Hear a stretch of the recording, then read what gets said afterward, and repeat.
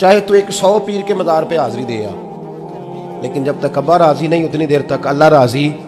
یہ حدیث پاک ہے، حضور نے فرمایا جس کے والد راضی اس کا اللہ راضی، اور جس کا باپ ناراض اس کا اللہ۔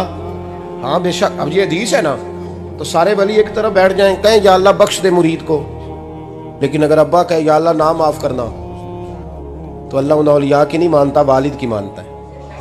اس لیے بلے شاہ آسمانی اڈ دیاں پڑھنا ہے، جیڑا گھر بیٹھا انہوں پڑھیا ہی نہیں۔ بھائی یاد رکھو، ماں باپ سے پیار کرو، ان کی خدمت کرو، ان کے پاس بیٹھا کرو، اور ماں باپ کو ٹائم دیں، وقت دیں، چند گھڑیاں ان کے پاس بیٹھیں۔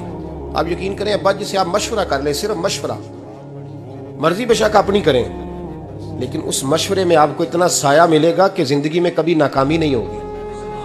پر اسی سجن دی مننی ابے دی نہیں مننی، اور پھٹے پہ جو نلائق ہماری طرح کا بیٹھا ہے اس سے مشورہ لینا ہے، والد سے نہیں لینا۔ باپ کے پاس بیٹھیں، اس سے مشورہ لیں۔